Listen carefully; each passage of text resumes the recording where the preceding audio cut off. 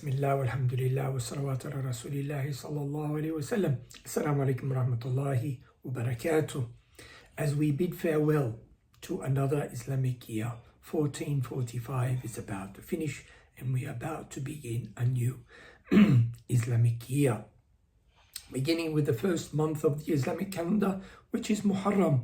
And of course, this month is Shahrullah. It is a sacred month of the 4 sacred months. It is a blessed month, a month where the Prophet ﷺ fasted so much.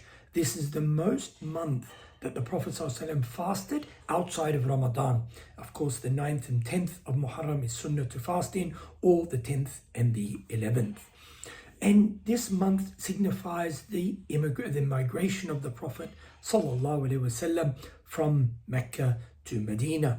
And in this migration, there is so many lessons that we can learn if we concentrated on the conditions or the situation upon the migration of the Prophet ﷺ. We'd look at the da'wah of Rasulullah ﷺ, how the Prophet ﷺ was always looking positively, looking to get the message across.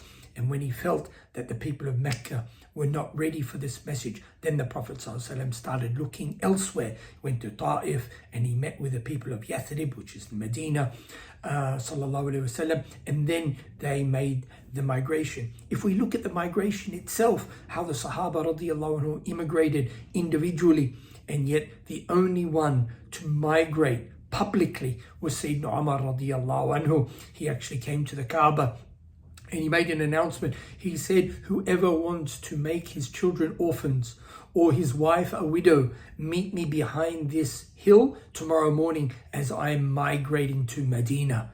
Imagine, he made this such an announcement, and all the Muslims, the poor Muslims, they met the Sayyidina Umar behind that mountain because they wanted his protection in migrating with him. And his migration is amazing as well, but that's for another time. The Prophet himself, sallallahu alaihi wasallam, when he was the final group to immigrate, when the Prophet sallallahu alaihi wasallam was sure that everybody had traveled safely, then the Prophet ﷺ was ordered himself.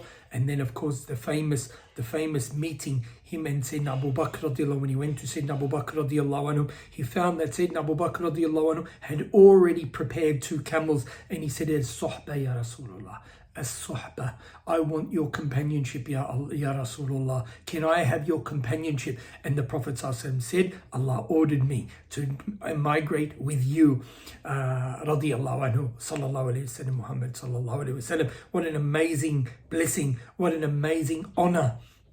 And this is why Allah subhanahu wa ta'ala tells us to remain in the company of the Sadiqeen, the Siddiqeen, and of course Abu Bakr radiallahu anhu is known as Abu Bakr Siddiq.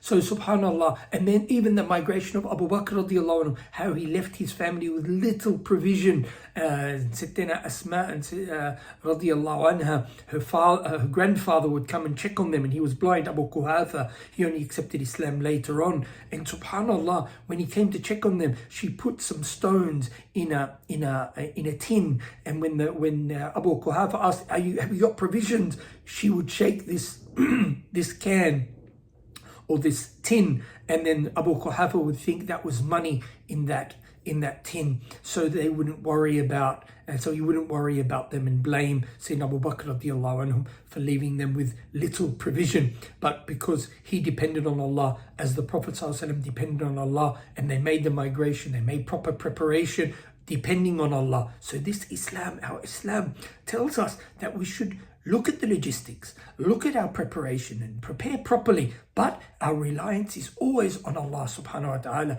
And imagine this conversation where Sayyidina Abu Bakr radiallahu anhu would walk in front of Rasulullah sallallahu alayhi wasallam sometimes, and walk behind him sometimes, and walk on the right side sometimes, and sometimes on the left side of the Prophet sallallahu alayhi wasallam. And Sayyidina Muhammad sallallahu alayhi wasallam said, Abu Bakr, what are you doing? He said, I worry about people coming to us from the front, so I walk in front of you. And then I think people might come from behind, so I walk behind you.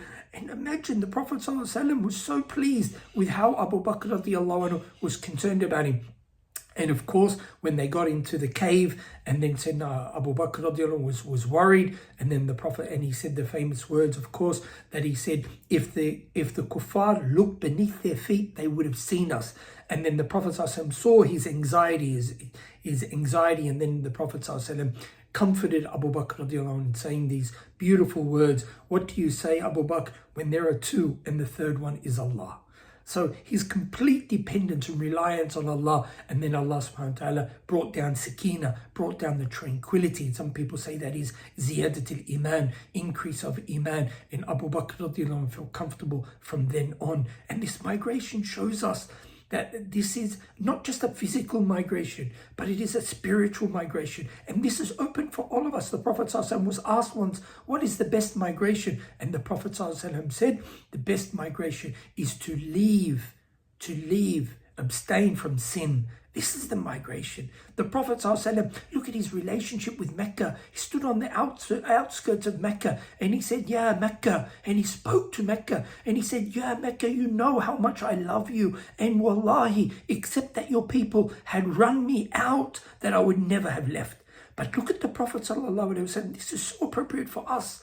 Those that have left their home country and living in another country.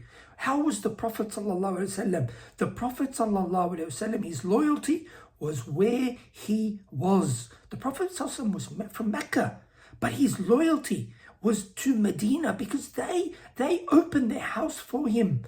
They opened the nusra. They did the assistance, and the help was from the people of Medina. So the Prophet ﷺ, even when he passed away, he stayed in Medina. Sallallahu Alaihi Wasallam. So too for us. We might be from this country or that country, right? We don't forget our roots. It's not what we're saying. But wherever you are, you give loyalty to that place. You give your utmost effort to that place where you are. This way, our children will understand that wherever you are, this is your home.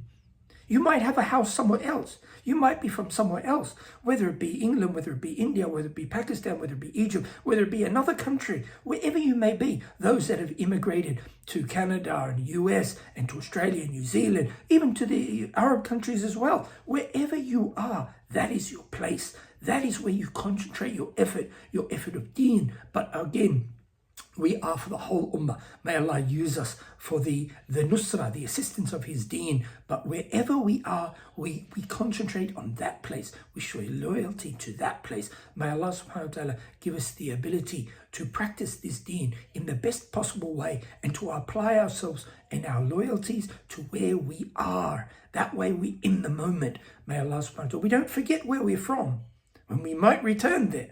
But we don't be preoccupied about this place or that, but we concentrate on where we are and we apply ourselves that way. May Allah subhanahu wa ta'ala give us tawfiq, and Allah accept, inshallah. Wassalamu alaikum wa rahmatullahi wa barakatuh.